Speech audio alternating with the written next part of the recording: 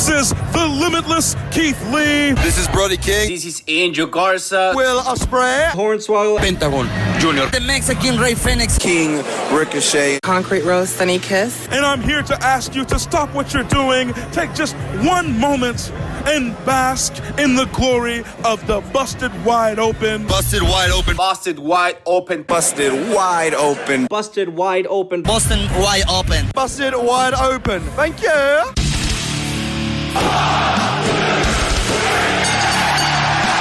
You're listening to the Busted Wide Open podcast, dropping the elbow on the hottest topics in sports entertainment and the world of professional wrestling. With your hosts, Nick Howell and Sir Ian Dangerous. Coming to you from the Orbital Jigsaw Network Arena in sunny Southern California.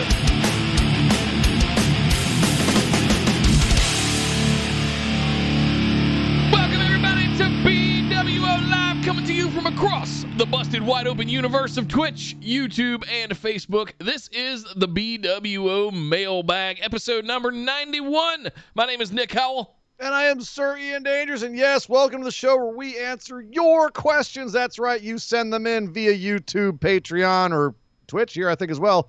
And we will answer them on the show. All you have to do is just join us on one of our reward tiers to help support the show, keep us going here, and you can ask a question. It's really that simple. It's very cheap, very easy to do. The cost of buying us a cheap burger or a beer, you can ask questions all month long. Real easy. A lot of fun. We have a lot of fun doing it. If you want to ask questions, it is an AMA format. Obviously, we're a wrestling show, so typically they're about wrestling, but it's whatever's on your mind. If it's a wrestling thing on your mind, cool. If it's something else, comics, movies, whatever, life. If you want just philosophy, we can talk philosophy. Yeah. It's cool. Yeah. Been reading Nietzsche recently. We can go there. I have not. Some Kant, you know. But yeah, we can do whatever you want.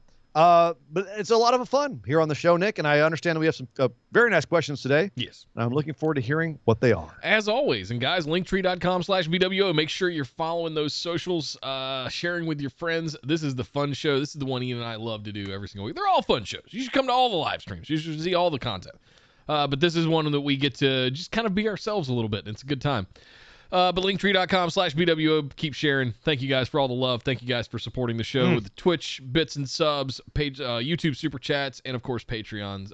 Thank you guys so much for all the support. Kicking things off this week, we got a new cast of characters coming in up top. Starting off with Mr. Josh Logan. Says, am I Josh first this week? You are. You be. Anyway, Mount Rushmore with a twist. Name your four most hated wrestlers of all time. As always, thanks for everything and stay phenomenal, Pony Boy. Kayfabe or real life? Let's stick to or kayfabe. Both. Let's do both. Let's whatever. Let's just say in general. I mean, I don't know that I hate four wrestlers personally. Okay, I'm saying you can cross over. Like some of it can be kayfabe, and then I just don't like this guy's face. I'm thinking. You go first. Stephanie McMahon. Oh shit! God, I hate her. Technically, she has wrestled. She wrestled Ronda Rousey. Yeah, she's a wrestler. Yeah. Okay. She had major matches. Yeah. Yeah. Her. Have you remember Beetlejuice? Yeah. Vividly. Gina Davis. My dad's favorite movie of all time. Yeah, brilliant movie. Gina Davis hanging in closet, trying to scare the Dietzes. Yep. And she just goes, and just pulls her face off. Right. That's what I want to do when I hear Stephanie's voice. Just pull her face off or yours off? Mine or both. Both would be fine too. I've admitted on the show before that she completely works me. I know a lot of it is a work, but there's also a lot of it that is just completely bullshit booking, and I hate when she comes out and makes herself the star of the women's division. She's responsible wholesale for the women's evolution, Ian. Didn't you know that? She is the women's evolution. She is. She has the biggest ovaries in the company. Stephanie McMahon is my number one. What is your number one?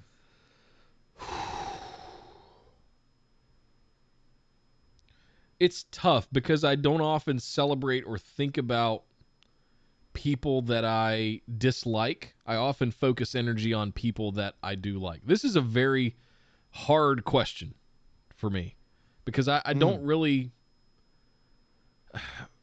people that I foremost hated wrestlers of all. I don't know that I'm going to be able to come up with 4. Who like when they're on TV, you're like, oh God, just go away. There's one. Who? And her big ass is sitting right behind me. That's definitely one. All time. Like there's not many people. You think Stephanie works you? Naya's hair worked me this week. Just her hair. I thought her hair was lovely. It was natural. So basically, your Mount Rushmore is the 4 faces of Nia Jax. Is what you're saying? I'm gonna do Nia Jax for my first one. Okay. Yeah. You're gonna have to find more. I'm just gonna warn you right now. I've got one more so far. Okay. Well, keep going. I'm gonna have to do number 2.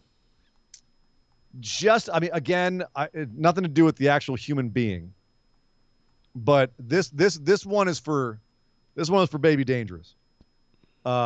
Young me watching wrestling, and the guy that I hated the most. Can I take a guess? Yes. Earthquake. That is correct. We've been doing the show too long. Sat on Damien. He killed Jake the Snake. I'll never forgive him. Ever.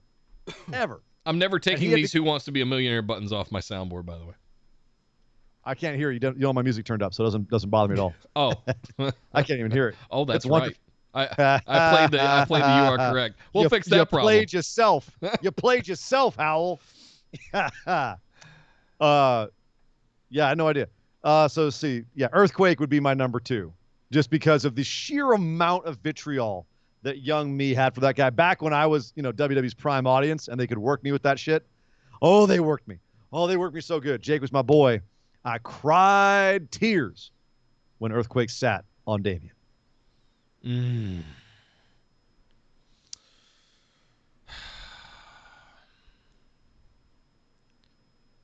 See, Costanza, it's funny you mentioned him. I was thinking about Snitsky. What's wrong with Snitsky? And I'm sitting here going, Snitsky didn't really do anything. He punted a baby. Okay. He punted Lita's kid. It was a doll. I didn't do anything. I don't know, man. It's not Snitsky. I am completely stumped here. Who are some people that I should hate? I am completely stumped because I don't find Chat, help him out. I don't find myself hating wrestlers. Eva Marie, they threw Eva Marie in there. You hate Eva Marie. I don't lose a second of thought about Eva Marie. You don't like her enough to hate her. I don't hate her enough to give a shit. And that's worse, right? We've talked about it before. You can love them, you can hate them.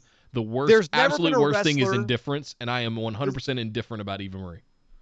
But see, there's indifference that makes you want to change the channel. And I'm taking that into consideration for this question. Yeah, that's a good point. Like my number 3, so you have to do 2 back-to-back now. My number 3 is X-Pac, because he is X-Pac heat. He's where the term comes from. And I was absolutely one of the people that the term was made about back in the day, post DX, when he was teaming with Kane. Every time he came out on TV, I wanted to turn the channel. I could not watch his matches. Now, in hindsight, I appreciate the guy more as a trailblazer. I appreciate him more as a guy doing stuff in a company that, especially at the time, was not built for dudes like him.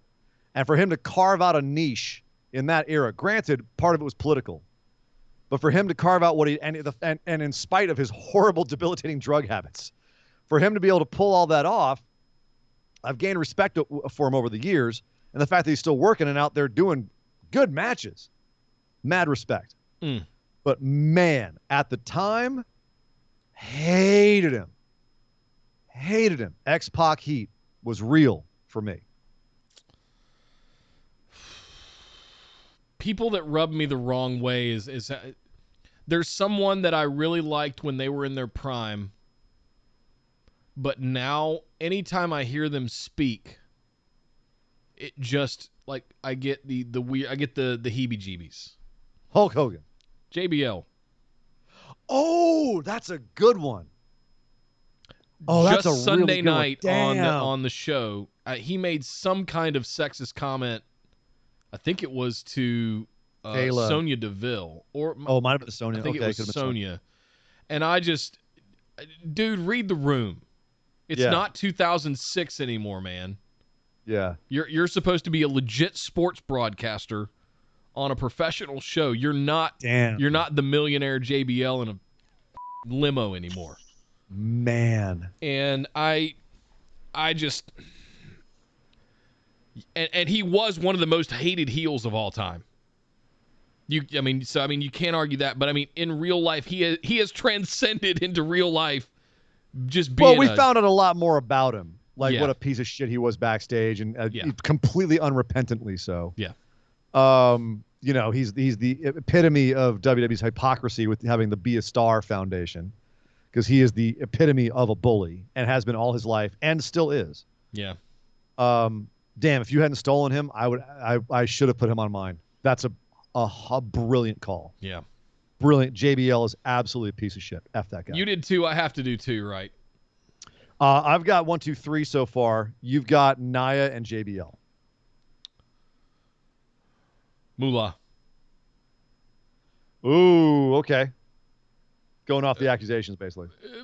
Yeah, but I have no reason not to believe it. I mean, They're all but pretty- whoring pretty out the damning. locker room, you know. They're pretty damning. Yeah. Yeah. And where there's smoke, there's fire. There's a lot of smoke. There's a lot of smoke around Fabulous A Moolah. lot of smoke. Yeah. So that's yeah. You can think about her as a wrestler all you want, but the other stuff is just, it's bad stuff. All right, final one, Surrey and Dangerous. What do you got? I am.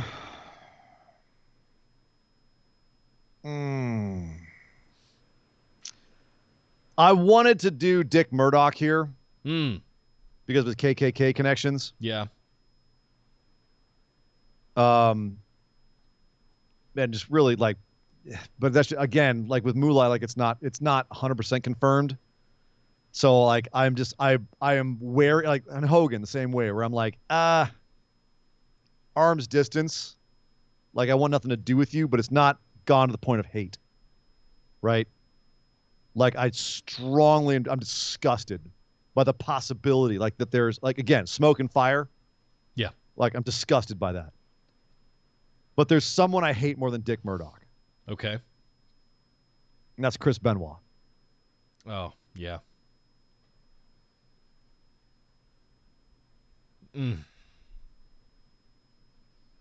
Get the button ready, Nick. Fuck that guy. I tried. You tried. Good try. What about you? For my fourth one, Benoit's a good one. That's a really good one. You know, I'll throw Del Rio in there. He probably doesn't deserve a spot on Mount Rushmore. Yeah. He's so bad. He doesn't deserve to be on Mount Rushmore. But what an absolute that guy, too. scumbag. Oh, F that guy. I mean, it's rumored. I don't know if there's any fact to it or not. It's rumored that he's the one that orchestrated the leak of all of the Page videos when they were together. Like, you know. And I bought that son of a bitch a drink in Vegas. And he didn't have the goddamn common decency to say thank you. At least Paige did. Paige was very, very nice, and we chatted a while, and actually I ended up having a good time with her and Chavo. But yeah, Del Rio can kiss my ass. I'll buy you a drink. You can't even say thank you. Come on, man. Yeah, that'd be mine.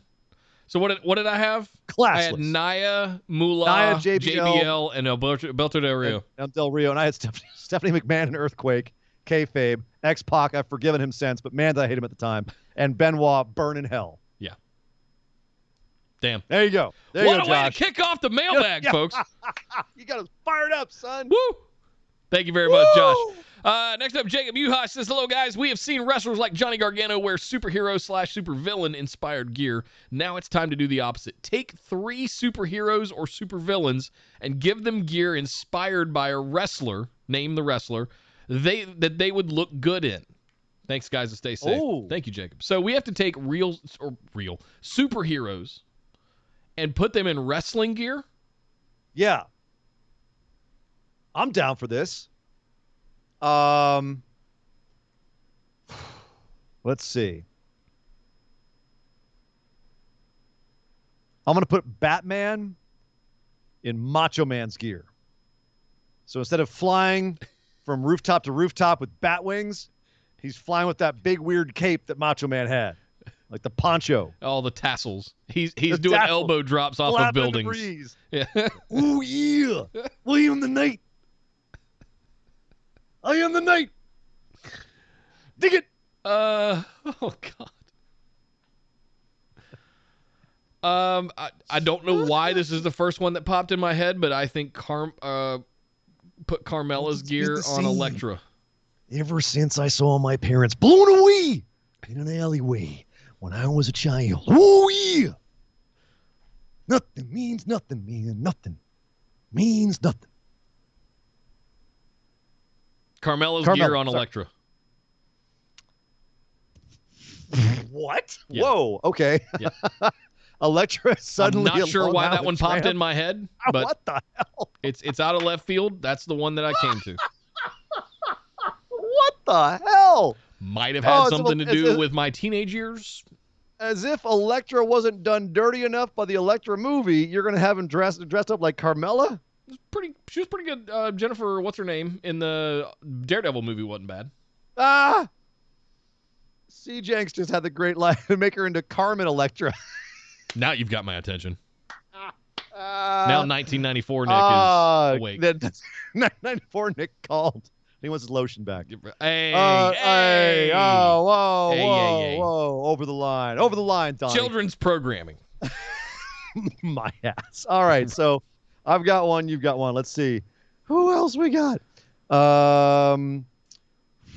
Ooh. Let's see. I would love to see. Oh, that's boring. I was gonna say Moxley's gear on Wolverine, but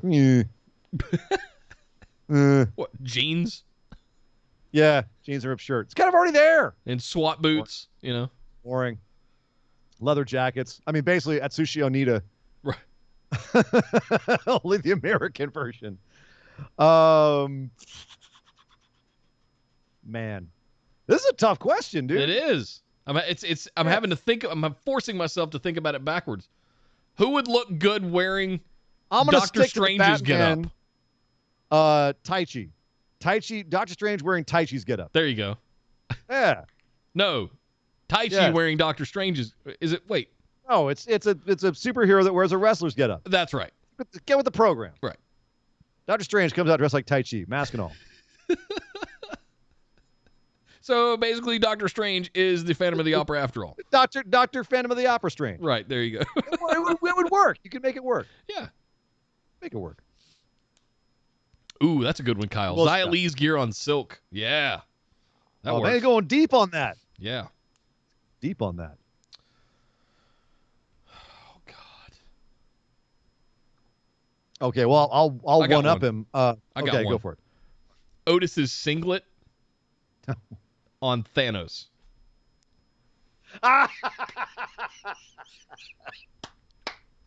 Yes. Well played, sir. Yes. Well played. Yep. I mean, you could use it for anyone who wore a singlet. We mentioned Give Earthquake him a like the second denim ago. jacket too from the Heavy Machinery days, you know, and he's just carrying around a ham for Denim no reason. jacket. Thanos is just wearing a jean jacket with ham. I'm inevitable. This ham is inevitable. This ham is inevitable. Where did it bring you? Back to this ham. I'll tell you what, it's not inedible. All right, who you got? My God. I don't know. I don't know if that's better or if Thor should be in that singlet. And the ham, he should be able to throw it and like have the ham come back to his hand when it's recalled. I think Ivar did that gimmick, didn't he, with the turkey leg? Which one? Ivar threw the turkey leg and it came back to his hand. Oh, I don't During, remember like that. last summer when they're doing all the skits. Yeah, he was able to recall the turkey leg That's funny. like Mjolnir, Like Thor's hammer, yeah. Like Mew Mew. Mew mew. Mew mew. Mew Mew. Mew Mew. Mew Mew. Oh man. I'm going through my head like who's got really good ring. Who's got gear? Ooh, I just thought I was gonna say like NXT Aleister Black on Morbius, but that's so. I want something more fun than that. I'm drawing a correlation between Edge and Gambit. Like the big long coat. Edge and Gambit with trench coat or Blade. Or Blade. But that's kind of like Moxley and Wolverine. It's kind of already there. Yeah.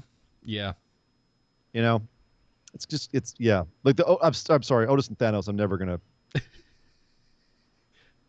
Or the Thing. It'd be good on the Thing too. Yeah, that's good. Oh Jesus! This is a tougher one than I expected it to be. Yeah. This is funny. It's featuring Adonis on Professor X. Days of Future Past, Professor X, when he was a pimp in the 60s.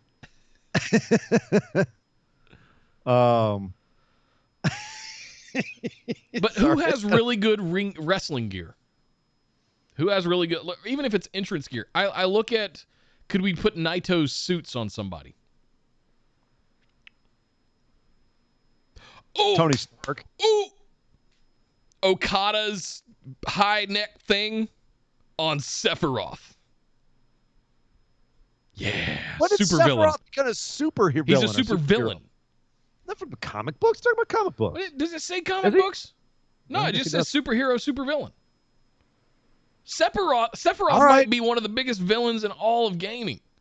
Yeah, but you know what? That's so cheap. That's like saying I'm gonna take Tanahashi's outfit and put it on someone from an anime. It's like, of course, it's anime inspired.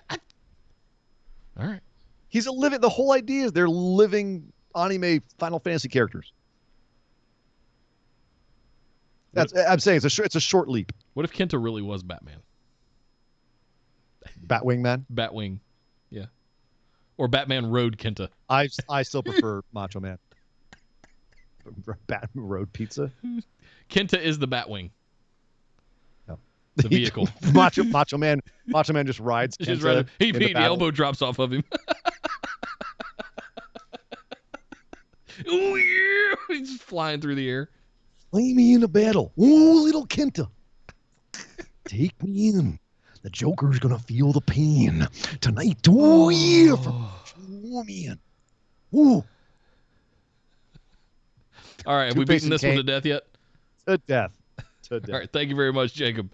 Next up, the Mullet King himself, Mr. Brandon Monroe, all the way from Australia. Says, hey, great ones, don't give up on any of your goals or aspirations. Fight to keep them strong and fight to achieve them. No matter how small, every goal a person sets is worthwhile and anything is achievable. Bring the positivity, people. Love it. Now to my question. Choose a man and woman from AEW, Impact, NWA, and NXT who would best fit as a Mr./Mrs. Money in the Bank. And with New Japan, choose a heavyweight. And wow, there's a lot here. I'm going to have to take notes. A lot. Okay. Good Lord. So we're choosing a man and woman from AEW, Impact, NWA, NXT. Each or cumulatively? God damn. Who would bet? Okay, so for AEW, who would be Mr. or Mrs. Money in the Bank? We just go by promotion. Okay, all right. AEW, Mr. Money in the Bank, best option would be Orange Cassidy. And he just never cares enough to cash in. Right. He doesn't even bring the case. No. Like he tries to cash in one time and he just kind of comes out and then just falls asleep on the ramp. I'm running down the roster. I would have said Darby, but he didn't need it. He said he's hit the belt. Yeah, he's fine. Yeah, Cassidy's probably the best one. Yeah. Women's on AEW. Chris Statlander. No, come on. She doesn't need it. She's already a juggernaut. I think she's made it a number one contender too, give right? Her someone interesting. Like Penelope Ford. Have her be like Carmella, Miss Money in the Bank. Always lurking. Layla Hirsch. That feels a little Nikki Cross right now to me. Why? Because she's short? Well, I'm not mad at it. No, well, little, but also the same kind of like plucky attitude. Plucky face attitude.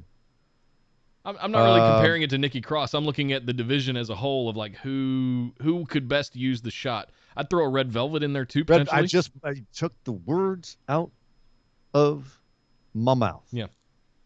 Red Velvet, or if you wanted to have a big scary one, actually, because Jade Cargill has never even sniffed the title picture, I think she'd be an interesting one to put that on right now. Because you just know at any time she could just take that title. You know who for the men's I would do? Besides OC, who? Sammy Guevara. Not as a face, though. I don't see it so much as a face with him. I don't know like if he needs faces. it. Well, yeah, yeah. You know, Heels work better with the briefcases. faces have to cash in quicker. Yeah. You know. I unless you're don't Orange think Cassidy. he would win. Orange Cassidy, you could draw it out longer because you could have all these bits where he just doesn't cash in for whatever Sloth reason. style. Sloth style. Or he doesn't. Like He comes out to cash in and he just doesn't get there in time. doesn't care. Yeah, he doesn't Right? just care Like the enough. competitors left already. He gets distracted. like it takes the best friends being like, no, dude, you can go out, you can cash in. He's just like, whatever. Yeah. He comes out and kind of half-heartedly holds up the case. He comes out with the case, just like sits next to the ring and just never cashes in. Yeah. Just sits there, falls asleep. All right, Impact. Impact. All right, so Mr. and Mrs. Money in the Bank from Impact. Jordan Grace for women's. I mean, before Slammiversary happened, I would have said Chris Bay. You could still say Chris Bay. You could still very much say Chris Bay. I would say. I'd say more so now than ever. Now he's going to get elevated, be a bigger threat. Absolutely. Yeah. All right, I'll stick with Chris Bay. I'll stick with Chris Bay. Absolutely. I think that's a great call. He's been in the title picture before, hasn't been able to get it done. He has no other way to do it. Join Bullet Club. Now Jay White shows him how to be an opportunist. It's all about finesse before, but Jay White's going to give him that extra little dude. Chris Bay's the perfect option. Yeah, that's true. Right now. Perfect. On the women's side, maybe have Chelsea Green come in and get it. I just don't know if was she Chelsea Green's not a bad call. That's not a bad call either. I don't know if she needs Taya. They've lost Tennille Dashwood would Tessa. also be a good call. I feel like Tennille's kind of at the top of things over there right now. She's not really though. She's not really though. And the whole shtick with her and Caleb, I think would work with the briefcase as well. Yeah, that's true. With the shit they're doing. You know, a returning Tessa could be interesting. Oh, stop it. Nor does she need the briefcase. Oh, okay. What about NWA? This one might be the toughest one because I haven't kept up with it. Aaron Stevens, I think would be a great choice. Former Damian Sandow. Yeah. Great choice for the men's. I have to remind myself who they have in the women's division now at all. They got ODB still over there? Gutted. NWA Women's Division. Marty Bell. Oh, Marty Bell. That's a good. That's that's the one right there. there. It. Done. Yep. Done. Yep. Marty Bell. Yep. 100%. Yep. NXT. Men's side. Man, you know what? 2 months ago, I would have said Cameron Grimes. But now everything's flipped around. Now I don't think he needs it anymore. Damn. While you're thinking about one, Jay over on YouTube threw in $2 back on the comic or on the superhero one. Van Vader with Darth Vader or Bane as Van Vader. I was gonna say Van Vader more as Bane because Bane's pretty much he's a luchador. Like the whole idea is he's based on a luchador. Yeah. But seeing Darth Vader dressed as Van Vader would be freaking hilarious. It was all burned underneath. Right. He's got like a weird strappy face thing. You said Cameron Grimes, but I stick with Cameron Grimes. Really? And maybe you still think that'd be the best thing for him? He's going to be upset. Well, the best thing, no, but I mean, I feel like the $1 million belt thing might have run its course. We've moved on to the Butler phase at this point. Yeah, you know what? He needs a way to get the $1 million belt off of LA Knight. I feel like that'd be a good way to do it. But if we're, I got it. All right, Pete Dunne on Walter cashes in on Walter. Anybody. On anybody. Yeah, we all think he's going for Karrion Kross, but he cashes on Walter. Well, I'm totally all. I can't wait to see NXT tonight. After and Ilya Dragunov and Walter beat the shit out of each other. I think Pete, legit guys, I think Pete Dunne's going to get Walter. Well, get his NXT UK Championship back. Now that we've bitched Cross out on Raw. They are literally building for this massive rematch with Ilya and Walter. I understand. I think Ilya's taking it off him in the rematch. I just don't see how that's physically possible. That's the point. He's got to overcome the mountain. Pete Dunne's not a bad one. Women's side. Zoe Stark. Dakota Kai. No, she's in a tag team thing now. Never mind. I would have said Zoe Stark a month ago. Dakota Kai. Yeah, to cash in on Raquel. And to cash in on Raquel, and then you finish the Money in the Bank match, and Raquel goes, or Dakota goes, yeah, I got the Money in the Bank. She looks down at Raquel, and they kind of go, oh. Yeah. Yeah, I promise I won't cash in on you. Then it's just beautiful storyline from that. Yeah, exactly.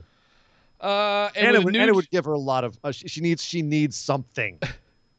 He says with New Japan, choose a heavyweight and junior that could be the best fit for Money in the Bank because they don't have a women's. Right. New Japan men's Money in the Bank.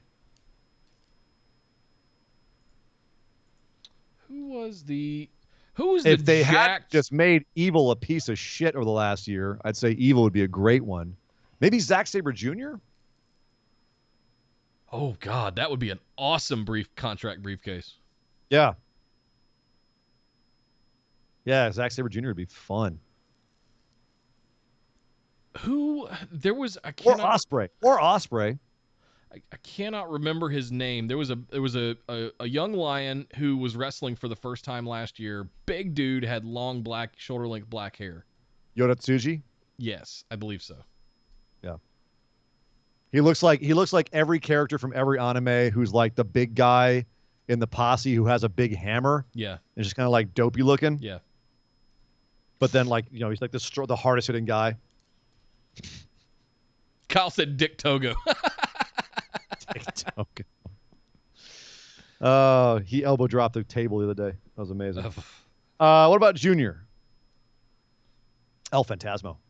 Yeah, there's not many people better than Taiji. Taiji Ishimori would be a great one too, but I think Phantasmo would have more fun with it. You just want to see Peter. That is not Taiji Ishimori. Thank you very much. Oh, who am I thinking of? You're thinking of Yujiro Takahashi. Yeah. And you're not entirely wrong. No. But what can I say? So there you go. How do we not give Toru Yano the briefcase, though? That's my only question. Jesus Christ, you're right. Like, oh my God. He comes out with DVDs and a briefcase. Oh my God! And he takes the contract out, tears it up, and he's able to put more DVDs in the briefcase now and brings it to the ring. That's the gimmick. He completely squanders the contract. He makes multiple copies of the contract. Oh, you're right. And every time he fails, he just makes a new one. And you have like someone come up to whoever he's facing, I don't know, Minoru Suzuki comes and rips up the contract in front of him, and he goes, "I got more. I got another one. I got all the ones you need." Yes. Kyle said it too. Toru Yano for the heavyweight. Yeah. Yeah. Absolutely. No argument. You got me. 100%. That's the best one.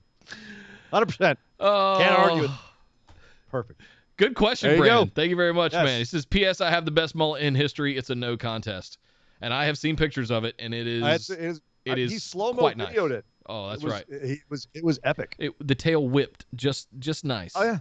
It was beautiful. It was glorious. Goodbye and good night. Bang. And thank you very much, Brandon. Let's see. He's got to go talk to Brian Pillman Jr. though. Yep. They're in a race. Yep. So it's a cold war. Cold mullet war. Next up, the mop man himself, Mr. Sean Clark, says, "Hello, gentlemen and phenomenal ones. Sorry for your voice, Nick. That's okay. It's doing better. I hope this message finds you, both of you, and anyone listening, doing well. That's not always easy. Life will always have the ups and downs, so hold on to the highs and remember the lows don't last forever. I always say it, life's tough, but you are tougher. Live with kindness, be authentic, be phenomenal." Love it. Thank you very much, Sean.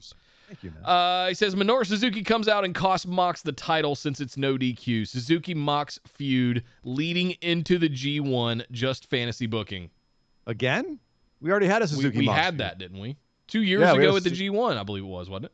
No, it was just after Wrestle Kingdom they got into a feud. 2 years ago.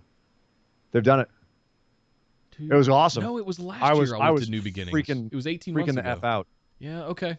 Yeah. All right. He says it sucks so many people are so negative one way or another about so many aspects of wrestling. I have to tell you all, as someone who promotes what they love and never bashes what they hate, life is pretty awesome as a wrestling fan right now. A freaking men. NXT is technically sound. AEW gives me action-packed, non-stop thrill rides. SmackDown has a great thread with Roman. I wish more people would just appreciate the era. What about Raw?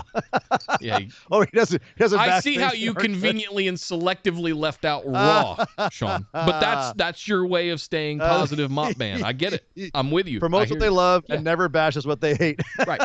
Well played. Well played. He puts it into action immediately after saying it. Brilliant. Yes. So here's this question. Why do you think so much of the wrestling community, specifically the internet wrestling community, has become so toxic and polarizing on different levels? Why so much tribalism, and why can't we all just get along? Sean, if you think that the wrestling internet community is toxic and tribalistic, allow me to introduce you to the Star Wars internet community. Or the My Little Pony internet community, or any internet community. It's all toxic, They're all toxic. Tribal bullshit. It's all, oh my God. Nick, you've been on Warcraft forums. They're psychopaths. If I had a time machine, but I was only allowed to use it once, to go back and change one thing in history. Yeah. I would somehow prevent social media from being started ever. That sounds like more than one trip. No. I'd get it all done in one time. Right? You take out Zuckerberg and Tom from MySpace, All of them, and everyone else who's working on them. You take them all out in infancy. I wouldn't take them out. I'd be like, no, that's a terrible idea. Go do something else. Because that totally stopped them. My point is, like, how I would do it is irrelevant. It's not irrelevant. So it's what Sean is describing That's here. a lot to do in one trip. I'm just saying, like, you'd have to. Real talk. What Sean is describing here is the root of everything that he is talking about. So he's bringing up toxicity in wrestling. We had toxicity in tribalism in elections. We have toxicity and tribalism in society. Period. Hard stop. It is society today in my neighborhood. Now, in my wait good a second. old Southern North Carolina neighborhood, with people that have more money than people have had in a long time. On average. What do they have to be upset about? Right? But okay. If you get it, they get in fights over whose lawn has a weed in it. And just hold on. I agree. I agree with you that things are very heightened. Yeah. These days. Do you remember the Monday Night Wars in the 90s? Or do you WCW, you WWF? I mean, you were like, pick sides. Yeah, but you would wear a T-shirt. Somebody would call you out. You would respond. You beat each other up behind the bar, and you move on. You get a swirly, and then it would. That's come on. You didn't spend 6 months, much less years, on a fake podium on the internet, ranting and raving about how I didn't get things my way. We've got a podcast we've been doing for 4 years. It's better to beat each other up behind the barn than to just troll someone on Twitter. Damn right. Okay. Thank you, Clint Eastwood. Work out your differences. What do we do in wrestling? We work out our differences in the ring. My point is, Sean, is that this kind of bullshit we're getting rated. Omnipresent. Oh, God. Friggin' Nerds Media with 13 people. What's up, guys? Welcome, Raiders. What's up, Nerd Media? Yo. We're doing our AMA weekly show. It's a good time. We're answering questions. The current question is, why is everything so tribal and toxic and polarizing in wrestling and internet wrestling media? fans? And I'm answering it by kind of going the big picture and saying it's not just wrestling. Yeah. It's everything. Yep. It's every interest has become toxic and polarizing and tribal across all social media and kind of in life as well. But my point is that it was kind of always there. You know, if you go on the forums back in the 90s, like people were tribal and bitching and moaning and toxic and all the rest of it. We're just now getting to hear it more because more people are being platformed. More people are able to express themselves. And so there's more voices out there. You're seeing it more. And so it's not that you want to go back to a time when there's less of it, because it was kind of always there. It's about creating your space. And Sean, who asked this question, Sean, you're a very positive dude, and you're all about creating a positive sphere and a positive space for yourself. That's part of it. And it's really hard to do, obviously, when you go on something like Twitter, where basically you open up all the shades and throw open all the doors, and it's pretty much anything can come through. It's hard to filter all that. And filtering out all this BS is incredibly hard. And there's also the argument for wanting to be open to alternate perspectives and not wanting to censor viewpoints. But I think the trick these days isn't to just go behind a barn and beat people up like Nick says. It's actually the trick these days is trying to find communities that are more positively bent, that are about constructive criticism, that are about actually looking at the product and not being toxic about it, and not being so beholden to one's own viewpoint, and the one can't see someone else's viewpoint, that you guys can't discuss and try to find some sort of common ground somewhere, or understand the other person's position, even if you never agree with them, even if you are like sitting there going, I will never, ever, ever agree with you that Kwee-Wee had a good haircut. But it's your right to believe that, and you know what? Have fun with that. Since you mentioned message boards and stuff like that in the 90s, you know what having debates and disputes and things like that during the Monday Night Wars took that is not necessary now? Effort. We are naturally I don't want to say lazy, but we're naturally a lazy kind of species. It requires us to do a lot of stuff, to have a lot of in-person confrontation at the risk of bodily harm. Like, all of that stuff was necessary. Now I can push two buttons and say what I want with no consequences. Mm-hmm. That's the difference. Zero consequence. I don't care what the subject matter is. Sure. There's no consequence. And it's, you do that to the big guy in the bar that's got the WCW shirt on, and you tell him, Nitro sucks. Pop! He's going to hit you in the mouth. You can't do that on Twitter. And that's the difference. That's really the core difference. It is a big difference. It's the lack of accountability. Lack of accountability is a major issue these days. But that being said, how do we deal with it? Why can't we all just get along? I got news for you.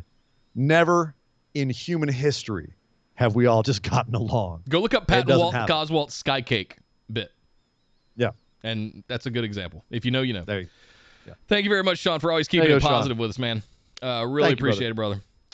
Let's see. Next up, Alex Washington says, what's up, guys? Hope all is phenomenal. Question this week is just how do you guys feel about No Way Jose and Drama King Matt debuting in Impact? Personally, really excited about No Way showing back up. Was always super entertaining in NXT. How do you feel about these guys in Impact? Good luck to them. I think that both of them, I don't know. It's a weird thing. I feel like both of them were undervalued in WWE, but they didn't go out and raise their value after leaving WWE. Right. And so they didn't really come into Impact with a lot of fire, a lot of heat underneath them. Like, I think most people, the most enthusiastic response I've gotten, Alex, is yours, actually, was like, it's good to see them. Like, that's really cool. That's it. That's pretty much what I've seen from most people. Like, it's cool they're there. No one's going, God, yes! No Way Jose in Impact! Oh, God, it's going to be amazing. He's going to have the best feuds. No, because we don't really know what he is outside of WWE. And in WWE, he was fine. He was entertaining. It was kind of another iteration of Adam Rose. He was Adam Rose 2.0. Yep. Who himself was, 2.0 of multiple gimmicks. Sure. But Drama King Matt, again, like we never really saw what he could do. First he was in the Vaudevillains, and then he was Rusev's pitch boy. I thought he had a good stint on commentary. I enjoyed Aiden English on commentary. I did too, and I thought that he definitely had something to him, but he wasn't like the prodigy like Pat McAfee. Yeah. Oh God. God, that's next right. level. You know what's funny? That was actually going to be my mop on the main show. I forgot about it. Yes. I forgot about it. So I'll save it for Friday. All right. No, not what you're thinking, actually. It's something actually much bigger than that. Okay. I'll save it for Friday. Right. But Pat McAfee and Michael Cole. Michael Cole was on Pat McAfee's show. Look it up because your jaw will drop. Michael Cole goes places I was not ready for Michael Cole to go. Oh, My shit. heart, dude. I know what I'm listening to after the show tonight. Oh, dude. For real. Oof. It will touch you places. Oh, well, hello. And not in that way. Not in that way. Okay. Stay with me. Okay. Not in the gutter. Don't go there. Don't go there. How do we feel about them in Impact? Cool. Wait and see. TBD. Yeah. Happy for them. I'm not doing backflips, but happy for them. Good luck. You guys know I was always a Rusev Day kind of mark. Yeah. I loved Aiden English. I think he's really good in the ring. I think he's got great potential. Let's see. Yeah. Let's see. Thank you very much, Alex. Next up, Andy Jessup, faithful moderator, says, "Hey, fellas. Been thinking recently about all the Shakespeare plays that have been remade, abridged, or adopted to movies. For example, Taming of the Shrew gave us 10 Things I Hate About You. Your task tonight is to book a wrestling feud based off of the following 3 Shakespeare plays." Oh, boy. So we need to build a wrestling feud around... Okay, let's start. Go one at a time. Romeo and Juliet. I am rusty on my Shakespeare. You got anything Homer or anything Odysseus or Greek, like I can go nuts. Shakespeare? That's random. Well, I mean... Okay, well, Romeo and Juliet, Nick, you've got 2 kids, star-crossed lovers who fall in love. They're from different families. The families are at war. So right off the bat, that tells me 2 factions that are at war. And then in one faction, the boy falls in love with the girl from the other faction. Yeah. So, like, let's say, for instance, Santana falls in love with Chris Statlander. Ooh. Right? That would be a Romeo and Juliet story. Or... I'm trying to think, like... And the best friends are at war with... PNP, Proud and Powerful. Well, no, not PNP, but with all of Inner Circle. Yeah. Something like that. And they have to sneak off, and they're... It's 2021. You could have Sean Spears and Sammy Guevara fall in love. Yeah. That's star-crossed right there. Have that beautiful scene. They make love on top of a chair. Moving on. What? It's Love is Beautiful. Love is Beautiful. Love is beautiful. What about Hamlet? Sammy Guevara and Sean Spears would make beautiful, beautiful love together. They absolutely and I will would. not hear you say otherwise. Nope. The only question is who's the top and who's the bottom. Well, that's not the only question. That is the most horrible. How dare you, sir? It's about much more than that. Okay. I mean, I just see Sean Spears, the chairman with a big mohawk nice tight mohawk. Okay, you're envisioning you're starting to picture this, I think. Yeah. Okay, let's move on. Yeah, it would be magnificent. Right. It would be magnificent. Hamlet could be one that could be really messed up. Hamlet. I mean, Shane McMahon and Mr. McMahon? That's good. That's good. Well, it'd have to be like... I mean, it would have to be like William Regal marries Linda McMahon. And then, like, Stacy Keibler plays Ophelia or something like that. Right. Yes. And Shane's out there just going, "Oh, that this too solid flesh would melt, thaw, and resolve itself into a dew. Or that the everlasting had not fixed his cannon against self-slaughter. Oh, God. How weary, stale, flat, and unprofitable seem all the world. All the uses of this world." I don't know my Shakespeare very well.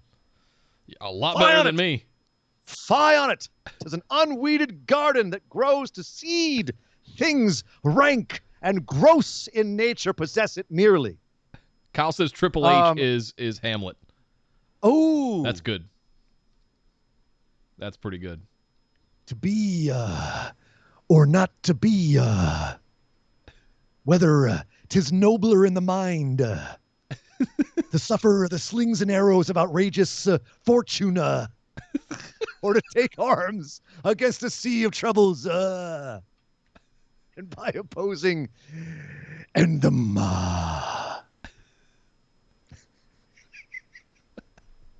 All right, lastly, wrapping us up here, Othello. I don't much remember the story of Othello. Okay. Othello married to Desdemona, and Iago comes along and just goes, he's a little jealous prick. He tries to break them up and basically like betray Othello and have him killed. And have him kill Desdemona because he's jealous. It is a whole thing. Iago's a dick, basically. Othello's a good dude, and Iago's trying to trick Othello into breaking up with his wife and incriminating himself, then Iago can take over. So this is Test and Triple H vying for Stephanie McMahon. No. No? Okay. Well, kind of. If Test was black and in Triple H's place as head of the company, and yeah, then kind of yes. Kind of. Yeah. I'm trying to think of we could do a whole Matt Hardy and Edge with Lita. There is no one in wrestling that would be a better Iago than MJF. He literally did an Iago storyline with Jericho. Like, it's already kind of happened, just not exactly. That's funny. Like the betrayal of Jericho and everything. Like the way that he split up Jericho and Sammy. It already kind of happened. And I mean, I can see MJF delivering Iago's lines. You know. Kyle said R-Truth is Puck in Midsummer Night's Dreams. That would be fun as hell. I would enjoy that. That would be fun as hell. What's up? What's up? If we shadows have offended, think but this and all is mended, that you have but slumbered here, while these visions did appear, and this weak and idle theme, no more yielding but a dream, gentles do not reprehend, if you pardon we will mend, and as I'm an honest our truth, if we have unearned luck, not escape the serpent's tongue, we shall make amends ere long, else our truth a liar calls, so what, good night unto you all, give me your hands and we be friends, our truth shall restore him, my bad. Wow. Bravo. Yeah. I don't know. I would love to see R-Truth as Puck. That'd be great. That'd be funny. Somebody tee up, do one of these for Greek mythology. That'd be a fun one. That would be fun. Yeah. What we get into? Who's Theseus? Who's the Minotaur? Brian Cage is the Mantor. Mantor. Mantor is the Minotaur. Mantor is the Minotaur. Of course he is. What? Mantor is the Minotaur. Just stupid. Of course I knew that. Thank you very much, Andy. Next up, Jay Reyes over on YouTube chat. What's up, Jay? I see you over there, man. Yo. So sorry, guys, I don't have Peacock, and for a while I have refused to give WWE any of my money. Well, all right then. I will definitely buy the merch of the wrestlers I love and want to support. In the case of Asuka and some others, I have subscribed to their YouTube channels. I'm really disappointed that Liv Morgan stopped posting vlogs of her cleaning her chicken coop, because I thoroughly enjoyed those. Let's see. YouTube channels, Twitches. What? Move on. Oh, yeah. Okay. Move on. Moving on. She has chickens. She's a farm girl. I understand that. Yep. It's you watching her clean them. Yeah. Just move on. All right. Even if the company I was raised cleaning chicken coops. Yeah. You don't watch that. There's no need to watch that. Move on. The company I morally and even as a fan of pro wrestling can no longer support the company, which sucks because I really want to watch NXT that isn't the Hulu version and NXT UK as well as takeovers. I am a 4 decades long fan, but I will stick to other companies. Nick, how is your journey into anime going? We switched gears a little bit. I think he was just ranting. A little bit. Okay. Fair enough. The journey into anime has not been productive. Some people are resistant to these things, Jay. I'm going to need something that really grabs me. I've tried your Ninja Scroll. I've tried Rurouni Kenshin. I've tried Fist of the North Star. And just in the little bit of free time that I have, nothing has really grabbed me. You watch other cartoons, though. You watch cartoons. I love animated series. Yes. Okay. All right. We'll find one. G.I. Joe, Transformers. I've got them all loaded into my Plex. Attack on Titan might be the next one I tell you to go for. Okay. Attack on Titan might be the one that gets you. Okay. I think that's the one that's going to get you. I'm trying, guys. It's just it's going to take the right one. And I don't know if it's the Japanese anime thing. Maybe I'm just a little too Southern and into America and, sci-fi to appreciate and enjoy the Japanese anime stuff. Did Killa B-Ride just throw us 100 bits and recommend that you watch Overfiend? You talking about Urotsukidoji, Legend of the Overfiend? Yes, really? He is. Yes, he did. Really? Yes. What is that? It's like one of the first hentai. It's something else. As someone who saw it probably too young to see it, it's something else. It'll warp you. Yeah. It's you will sit there and go, what? Who the actual hell thinks of this shit? Now I have to watch it.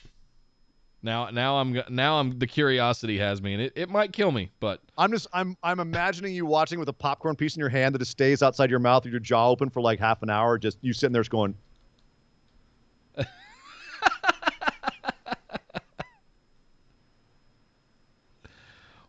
Cal says watch Outlaw Star. It's a space western. Okay.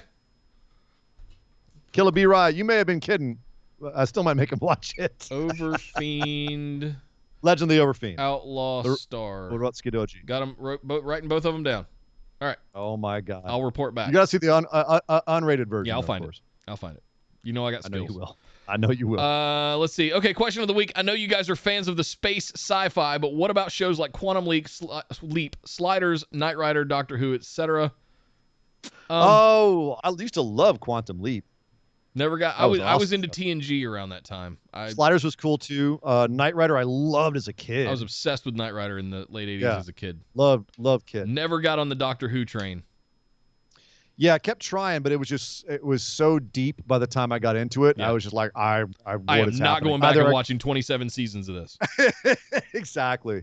Like I know enough about Doctor Who now to kind of like appreciate the series, and when I see an episode, I kind of go, all right, cool, I get it. But it's like someone who's never watched Star Trek trying to get into Star Trek now. You're going to be sitting there going, "Yep, what?" I always tell people just go start with TNG. Just start. If they do a Doctor Who movie, kind of like what J.J. Abrams did with the Star Trek movie, I'll probably go check it out. Yeah, because there's a lot about the universe that I dig. I dig a lot of the concepts of it, and but never was a big enough fan that I've watched all of it, and I can't list off to you who all the doctors were or anything like that. Right. But, yeah. I know people that are just super mega fans and they know all the things about all the Doctor Who's. Yep. Yeah. Ian, have you seen Ergo Proxy, Psychopass, or Serial Experiment Lane? I've seen Serial Experiment Lane. I've seen parts of Ergo Proxy and Psychopass. What did you think? I liked Serial Experiment Lane because it was very adult, but then it got very like sitcom-y for part of it. The tone kind of went all over the place for me. But I dug it. And Ergo Proxy and Psychopass, I feel like I would have enjoyed them. I never finished them. So, but yeah, I dug them all. Jay, I think I got I leave a trail of half-watched anime in my wake. So I got a little something for you. Look for a message from me on Patreon later. Little wink. Thank you very much for the question, man. I'm gonna keep trying with the anime until I find something I like. Oh, what was the one I watched recently that was like a horror anime? Oh God, I can almost see the name in my head. It's the chat. Help me out. They're the little like alien Chud leeches, not Chud. Oh, they're like little alien parasite. Oh, that one. Yeah. Oh, that was a fantastic one. You talking about the movie the Parasite? Anime? Oh, no. The anime. Anime the Parasite. movie was amazing. If you haven't seen the film, oh, good God. No, I'm talking about anime still, man. Gotcha. The Okay. Parasite was sweet. Sorry.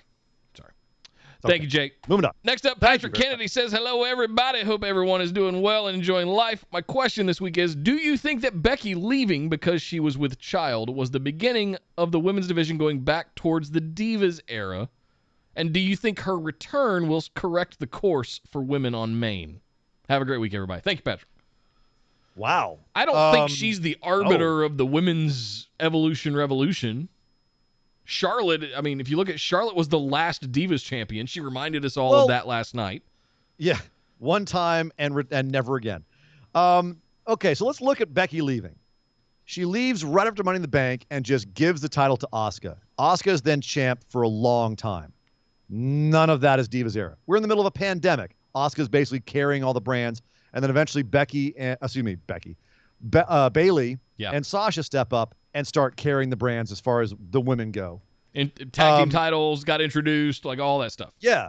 No, I personally don't believe that the women's division is quote unquote heading back towards the Divas era. I think they've had moments that have been very Diva-esque. Carmella has been very Diva-ish. Eva Marie has been doing it, but it's in kind of a ironic, audience trolling way. Yeah. It's not really going back to the Divas era, and we're still having major women's matches where they beat the shit out of each other, and it's nothing Diva-ish about either woman main eventing shows, including this week's Raw. Until they have pudding matches in Nikki bikinis, it's... Yeah. And Nikki Ash, as form-fitting as her outfit is not a diva by any stretch. No. So I don't think that's gone back to the Divas era at all. I think that there's been moments where WWE just can't freaking help itself and whips out some like little diva-ish stuff. The bully angles, I'm prettier than you, and that kind of stuff. Yeah. Alexa Bliss and Nia Jax from a couple years ago. Prettiest girl in all of WWE. I'm the most beautiful girl. So beautiful. No. Stop it. No. Stop it. No. Do we think that her return will correct the course? I think her return will overshadow every other woman, and every other woman's going to have to step up their game to keep up with her. Yeah. That's a good way to put it. Kind of the way Charlotte's challenging everyone right now. It's kind of with this Sasha Banks elevated Bianca Belair by having a feud with her. I think that Becky is much like Charlotte says she's the opportunity. She's not lying. Yeah. She's not wrong. You work with Charlotte, you're going to be elevated if you can keep up. And Rhea is trying. Creative's not helping. But I think Becky's going to have the same effect. Yeah. Everyone steps up your game, right? When you have a superstar in there, you have a Stone Cold, you have a Rock, a Cena, Roman. Everyone's got to step up their game to be able to stand in the same ring as that person and look legitimate next to them. You can't just put someone in there because a lot of people are just going to fade by standing next to them. Just by being in the same ring as that person. I think Becky's like that. Yeah, I agree. I can't wait for her to come back. She's sorely missed. Yep. Thank you, Patrick. Next up, Martin Welch said, good day, fine pod gents and phenomenal peoples. I hope all is well in your worlds. Yo. In the last few weeks, I've been going through some stuff. Uh-oh. Work has been extra hard and busy. My wife got made redundant, but life is taking a change for the better. Work is getting a little easier, and my wife has an interview tomorrow, so fingers crossed. Having the show has helped loads. So thank you for the laughs and the fun. Glad we can help. Our pleasure, brother. Happy fingers, to. all the fingers crossed. Absolutely. Good luck to the missus. Should AEW have a Money in the Bank sort of thing? And if so, what should it be? Fun fact, they just did. Scorpio Sky won that brass ring thing. Yeah. Which I guess was their equivalent. It's their equivalent of it, and it's all right. It's a little on the nose, but it's a little on the nose. It's also a bit of a pot shot. And It's kind of a dumb, cheap shot. It's cute. It's funny, Cody but it's also smashing the throne with a sledgehammer again. It's a little dumb. I mean, I think we talked about this last week too, Nick, where we said the best Money in the Bank concept that was ever made was Lucha Underground, where you had weeks of TV. The Gift of the Gods belt. The Gift of the Gods belt. You had to assemble the belt. You had people who you had 7 medallions that all had to fit into the belt. So you'd have 7 people at the end of all the tournaments. You have all these tournaments to get these medallions. And once you had a medallion, you could either hold on to it or people could challenge you for the medallion. And at the end, when everyone had all the medallions, when you had all 7 medallions were possessed, they would all get placed into the belt. And then those 7 people would have a battle royale to get the belt. Oh, that's good shit. You just built tons of TV around. You just built 3 months of TV. Seriously. And it makes the whole thing exciting. And then whoever gets the belt can declare whenever they want, but they have to do it. And then the next week they get the shot. To give Dario Cueto enough time to promote. That's the best concept I've ever seen for Money in the Bank. Totally. And it's essentially an elaborate Money in the Bank. But the great thing about that is that it keeps escalating, and finally you have the prize, and the prize is really cool. And it's not just a briefcase, it's actually like a sign of all the people you vanquished, which is pretty cool. Yeah. It's also a sign of the 7 tribes of the Aztec. Plus, it was a really Whatever. A lot of cool looking belt. It's a really nice looking belt. Looked amazing. Yeah. Instead of having your nameplates on the sides, you just had these like 7 discs or whatever it was. Right. Oh, it looked awesome. And New Japan has a version of it where if you win the G1, you get the briefcase, and then you automatically, but the title shot is determined. You're going to get it at Wrestle Kingdom. But the briefcase up for grabs and can be lost, as we saw last year. I also like the twist on it. They put on it that if they have their champions compete in the G1, if you beat a champion throughout the tournament, you automatically get a title shot. Their title shot. That is such a great, fantastic idea. Rule. That is such a great rule. But I don't think AEW has anything special yet. The brass ring thing is essentially Money in the Bank, just goofy. Yeah. They don't have anything that's even as kind of iconic as Money in the Bank or as cool as Lucha Underground or as serious as New Japan. I think that they could absolutely use one because that's more like I said, with Lucha Underground, you create more plot. If right? they added With that and trios tag titles, I mean, I'm out. Just awesome. AEW set. Whole new show coming up. Yep. Quite possible. Very possible. So yes, Martin, there you go. Let's see. He also says, I wish you all peace, love, fried chicken, 2-time and soon to be 3-time Booby EST champ out. Yes. P.S. We are moving again. It's been a year at 5B, but it's not been a great one, so we're moving to 4A. It's a ground floor flat with a garden. It's a little cheaper, so it's all good. Nice. Awesome. Good to hear, Martin. Good luck. Awesome. Good luck to the missus again on the interview, and glad things are getting better. Yeah. Cheers, brother. Next up, Esme in the chat. I see you over there. What's up, lady? Says, hola, pot poppies. Just got done going to the 626 night market. Oh. And by God, my belly is in an orgasmic state of being. Had delicious lobster, some Korean barbecue on a stick, potato on a stick, something called D-cake, which is a waffle-shaped penis. Well, that explains why your stomach's in an orgasmic state. Waffle iron? No. Not literally the penis, Nick. Just it's a the visual waffle. of that, though. I don't need a penis that looks like it's gone through a waffle iron. Ow! What if it's delicious? I mean, if you're into eating penises, that's Which is no shade. Teach the girl. Thank you. Yeah. Some people like waffle penises, Nick. So it's 2021, man. Get with the times. My go-to, it wasn't 626, it was 661.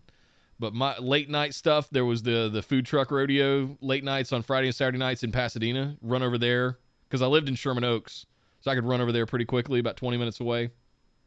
But man, the street tacos that they would make for all the people coming out of the bars and stuff in Pasadena. Yeah.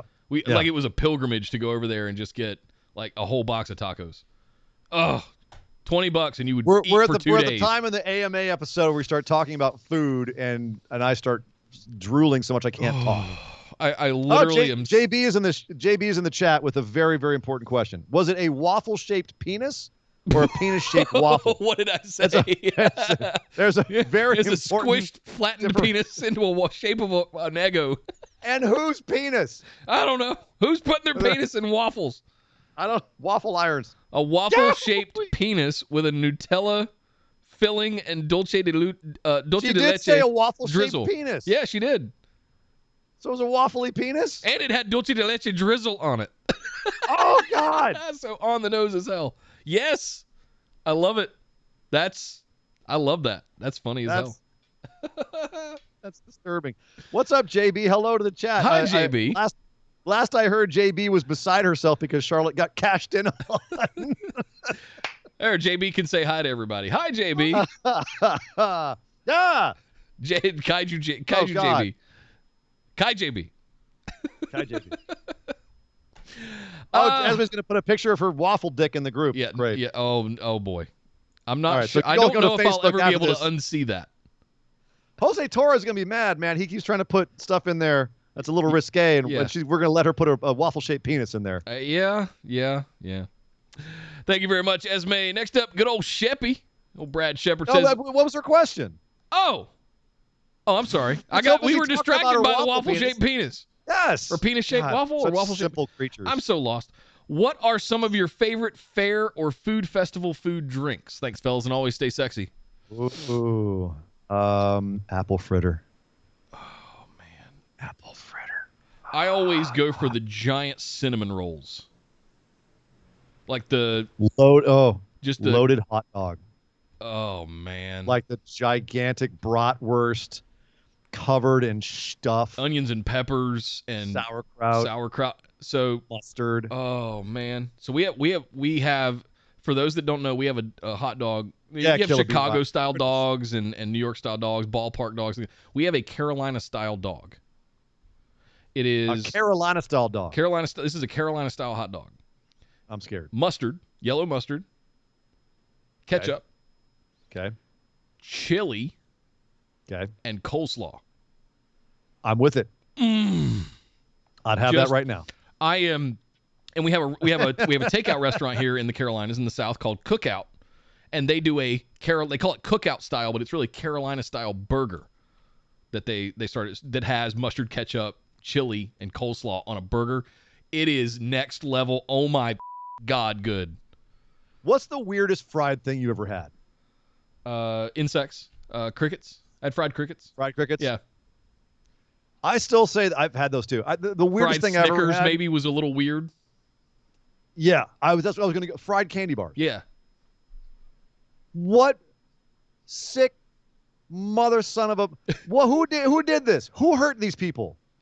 Twinkies? Fried Twinkies. Who fries a Twinkie? Why are you frying Twinkies? That's... What?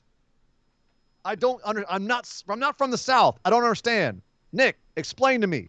Why y'all fry everything? I've had deep fried alligator down there in the South. I've had fried alligator. Deep South. That's It's tastes delicious. like chicken. Fried alligator is delicious. I can totally get on board with some fried alligator. Frog legs, Esme. I've had frog legs. Frog legs are delicious. Get behind some frog legs. Deep fried chicken feet. Although I feel bad every time I have frog legs because I watched the Muppet movie too much as a kid. Oh.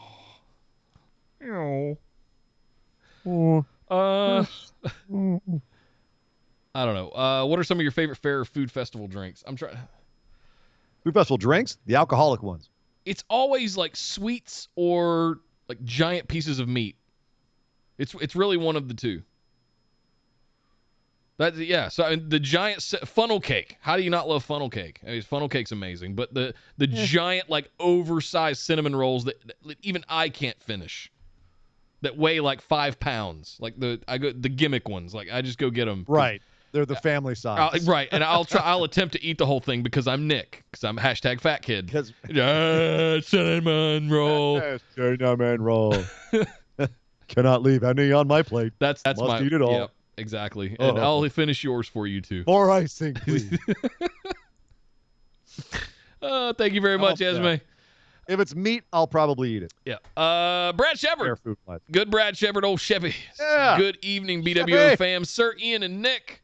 I'm going to go ahead and apologize for the length of this post first.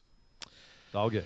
I've been working out the Kenny Omega Adam Page storyline that is going on in AEW. I love how Dark Order has become Adam's voice to Kenny to work with him into the belt program. They have come to the ring over the last several weeks pleading for Adam to get his opportunity. Adam has told them he doesn't deserve nor wants the shot, but they think and know he is ready and are looking out for their best bud. So much so that Adam calls Kenny out at Fyter Fest Night 1 and tells him he wants his title shot. After a tussle with the Elite, Dark Order comes to the rescue. Now we have Kenny telling Adam that the only way he gets his shot is that there has to be a Dark Order versus Elite 5-on-5 match, and Dark Order must win. To which the Dark Order begins to tell Adam, no, don't do it. They do not want to be the reason he doesn't get his title shot. They want him to wrestle Kenny, but don't want to be the reason he can't. They know he can win, but are second-guessing themselves now. It is so brilliant. The storytelling has been glorious and so awesome. Guys, I have to get your full takes on this story and what you think of it. Thanks and good night. You said it, man. It's brilliant. Yeah. It's absolutely brilliant. It's, I think, the best fleshed out story in wrestling right now. And moments like that are exactly the kind of reason that it's working for me so well. Yeah. What happened on Dynamite, on Fyter Fest last week was just fantastic. And great booking with the story. And the execution of how things weaved together in that 15 minutes. Like, it was just like 15 minutes, and they booked the next 6 months potentially. And also, you know, I like that Brad calling out kind of the nuance of this. Like the perception of the multiple perceptions of the characters, their self-perception, the audience's perception, the perception that other wrestlers have of them in kayfabe, and how all of those interact and intersect. That's one of the hardest things to pull off. And so when you get a moment like this where the booking reflects the nuance of the character work, it is a freaking beautiful thing. It's fantastic plot writing. It's fantastic writing. And in execution, the way that they all played it, acting-wise, it also came across. Where you saw Dark Order in there, you know, they kind of fell into themselves. They know they're jobbers. Yeah. They know that's what they are. That's been the purpose of the group, is home for jobbers. And so now this motley band of jobbers have to win one for their buddy, the cool kid, who is, you know, kind of fallen by the wayside, but realized that they're all cool and has accepted them and given them a sense of self-worth that they haven't had since Brody died. And so now they have purpose. They've given him purpose. It is such a beautiful, as he says, it's just a beautiful little microcosm of a story within a bigger story. Totally. It's fantastic. I can't wait to see what happens tomorrow night. What's my full take? It's brilliant. I love it. Yeah. 100%. It affects me. Like, it's one of the ones that I'm really invested in. I love being invested. It's kind of already there. It's going to be the best thing we watch in wrestling for the next few months as it plays out. It's fan-freaking-tastic. It's the thing that we've been waiting for since Hangman Page rode out on a horse on Dynamite. It's the thing that I was always wondering, when was Kenny with Kenny coming over from New Japan, when was he going to reassume that? You used to make fun of me because I would always say, oh, when's Kenny going to be the cleaner? When are the shades coming back out? When's that whole thing coming back? And then finally it comes around. You're relentless, though. You'll keep saying something's going to happen until it finally happens, even if it takes years. Okay. But I mean, it happened. It's happening. Yes, Present tense. Yes, you're correct. Thank you very much, Sheppy. Absolutely love that stuff. Next up, Marshall says, evening, fellas, just wondering what your thoughts are on a possible resurgence of Bullet Club in America. I felt it fell off after the Elite left for AEW, but now with everything that's happened recently, I feel it could make another comeback in pop culture. As always, appreciate the amazing content. Hope y'all remain phenomenal. Thank you very much, Marshall. Thank you, Marshall. I'm excited. It will never be as big as it was when it was at its peak in whatever that was, 2017. AJ? Around there. AJ Kenny? Around that time. Kenny, right around the time, right after AJ, right when Kenny started coming into it. Yeah. And Bucks were running the merchandise. Yeah. It will never be that big again. That was like the scale of that. I don't have the numbers in front of me of like the actual sales, but they were the top selling shirt at Hot Freaking Topic. They're never going to do that again. Yeah. Those shirts are now passé. But could Bullet Club make a resurgence in wrestling culture, not just in pop culture? Absolutely. Yeah. Again, not to that level, but they could get their mojo back, I think. But I don't know if they have the crew in Japan to bring it back. Bullet Club in Japan right now is just not that. It's not as sexy. It's been disorganized for a couple of years now. It has. It's been a little bit fragmented. Evil's a loser. Tamatanga and Tongalo are cool. They've just kind of always been there, though. They just feel like, the sides of the rocking chair. Fale, is he still around? I mean, I'm trying to think of the OG members. You seen the picture of Fale's dojo? No. There's a pic out there of Fale's dojo. He's got a dude, two people to his right in that picture, who is an absolute goddamn unit. Ooh, okay. I need to see what that guy can do. Holy crap. All right. Anyway, aside. The They're still too sweet in there's- each other. They're just calling themselves the elite. So when you say, can That's what I'm Bullet saying, Club is make now a that- resurgence? I don't know that it ever left. They just kept changing the name of it. I think it was around the time Cody got involved after he left WWE Well, it was and the he whole started Bullet touring, Club right? Civil War thing. That, and, you know, and we never really found out if the guys in Bullet Club really appreciated that or not. But you have Anderson, you know, Gallows and Anderson, who are kind of back in the picture now as well. And remember, they just kind of left for WWE, and they weren't around for a lot of the later Young Bucks era when it was at its peak. Yeah. So I think that there's ground still to cover with Bullet Club. I feel like with Jay at the helm, if they kind of organize the how they're presented in Japan a little bit more, and feel like more like right now they're not even like they're like a tertiary group in Japan. It feels like two or three different little splinter groups. Yeah, it doesn't really feel like a unified group. Like Evil right just now. comes out with Dick Toga.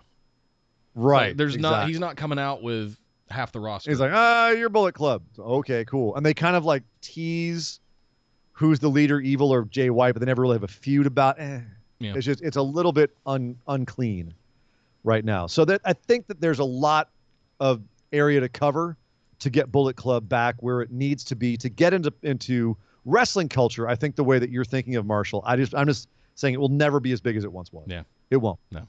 Could it be a big deal again? Yes, it'll never be that big, but they have a lot of work to get it even, I think, to the level they could get it to. True. I agree. So, thank you, Marshall. And finally, closing us out here, Mr. Brian Average says, hey, Oh, guys, yeah. hope this makes it this week. I'm sneaking you in. Was an insane weekend with the Joe Bob Briggs Jamboree at the Mahoning Drive-In along with Money in the Bank. Joe Bob Briggs. Hell yeah. This event, it had me thinking. If you were given 2 nights to show your favorite wrestling matches on a large screen at the drive-in, Nick one night and Ian the second night, what matches would you choose and why? You can make it a themed event or just random matches you love. God almighty. Dang. So are we working with a 2-hour feature kind of window here? Or we got 1 hour each? Like, what are we talking about here? I could say 3 hours. Although he does double features typically, so yeah, 3.5 hours, or like pay-per-view level, like think like pay-per-view length. So like 8 matches. Damn. Yeah. Honestly, Brian, just immediately I could think of like so many just theme nights to have, like hundreds of them we could do. Let's do 4 hours of just Sami Zayn, Kevin Owens, and their feud over the years. Tell that big story. Yeah. Yeah, tell that big story. Tell the story of Claudio Castagnoli in PWG. Tell the entire Daniel Bryan story all the way up to WrestleMania. Do a night of the scariest death matches ever. Like just I literally I will sit here and just come up with matches over and over and over again. The greatest of Eddie Guerrero and Rey Mysterio. Matches that show like how many different holds does Dean Malenko have? Let's show matches. Let's show as many different holds as we can in as few matches. Let's go. Let's just run with them. Like let's just show all of these nights. That's all would be so much fun just to have 3 hours just blow out matches. If you just get like access to all these matches and just, hey, tonight we're doing, weekly show. It would almost be like the New Art or American Cinematheque in Santa Monica. Just like they do those double, triple bills of like, here's 3 James Cameron best movies, or exactly stuff like that. And have some of the. Try to have like a drive-in type of format with a concession stand in an old baseball field or something like that, right? Right. One of the things I love about that, and something that I do with Monday nights at the Times, is showing things people haven't seen. I love that. You introduced me to so many movies, blowing people's minds. Well, my metric on Monday nights is I have failed on my movie selections if there's not a single person that says, "What the hell are we watching?" Yeah. I've failed. You played Tokyo Gore Police, I think, one night, and I was just like, I've played that a couple times. What the f- are we watching? And then I noticed you picked it up on Plex. I did. Because that movie is batshit insane. It is. It's one of those, but I yeah, have got like- to show you this. You are not going to believe this shit. I literally have a whole hard drive of those. So I love that kind of, and I love the Joe Bob Briggs thing is the same way. Hey, here's some movies you might not have seen.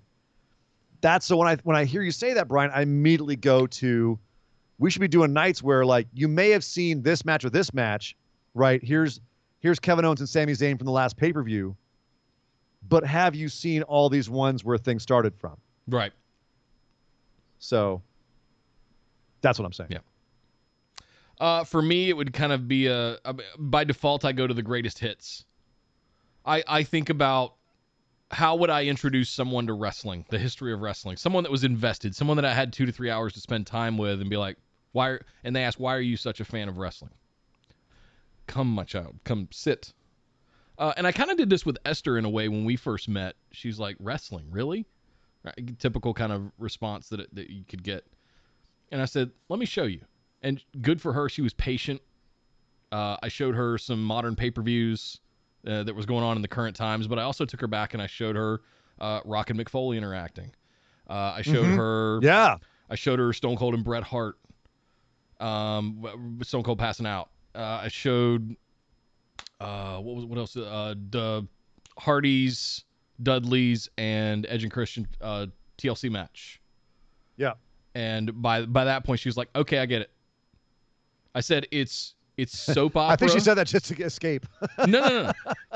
So it's soap opera. It's days of our lives with, physical exertion, right? But without really any of the, it's the combination of the two. It's a soap opera for people that It's a live like athletic violence. stunt exhibition with drama. Yeah. With soap opera drama. Yeah.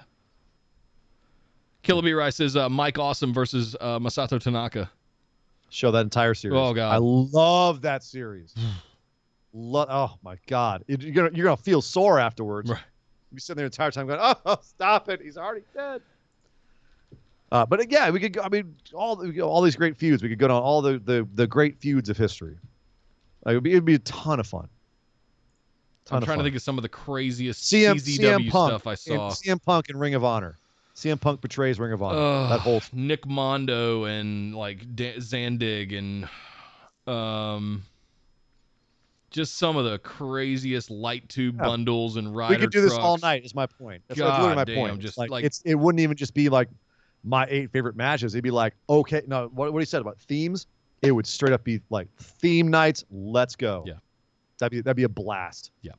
I'd love That'd that. be a blast. Love it. Yeah. Good stuff. Great question, Brian. Thank you very much, man. Appreciate it. Thank you, dude. And that's going to do it for us tonight, guys. Brian, thank you for the 100 bits, by the way, for that one. Linktree.com/BWO. You guys can head over to Patreon, sign up for one of the $5, just the $5 tier or higher, and you can get your questions in every single week all throughout the month. Also, if you're one of our YouTube viewers, you can hit that join button right underneath the video right there, and you'll see a little pop-up that says 99-cent, $5, $10. You can be in the $5 tier. Post your 99 cents just to open all the emojis and stuff over in YouTube chat. You guys can have some of the same features that the Twitch viewers do. So it works. Indeed. It works well on both, whichever platform you choose. You guys can find us there. YouTube.com/BustedWideOpen. But those at the $5 tier can get their questions in every single week too, just like people over at Patreon.com/BWO. All of these ways are the best ways to support you boys here at Busted Wide Open. We really appreciate everybody's support, plus getting the word out. Like, share, follow, subscribe, do all those social media things you guys know how to do now at linktree.com/BWO. Thank you, everybody, for the questions tonight. My name is Nick Howell. You can find me on Twitter at Data Center Dude. And I am Sir Ian Dangerous. You can find me on Twitter at Sir Ian Dangerous. But by God! Would somebody stop the jam? This show is part of the Orbital Jigsaw Network. For more episodes, subscribe to us on iTunes, Google Play, or Stitcher Radio. For details and show notes from each episode, check us out, orbitaljigsaw.com.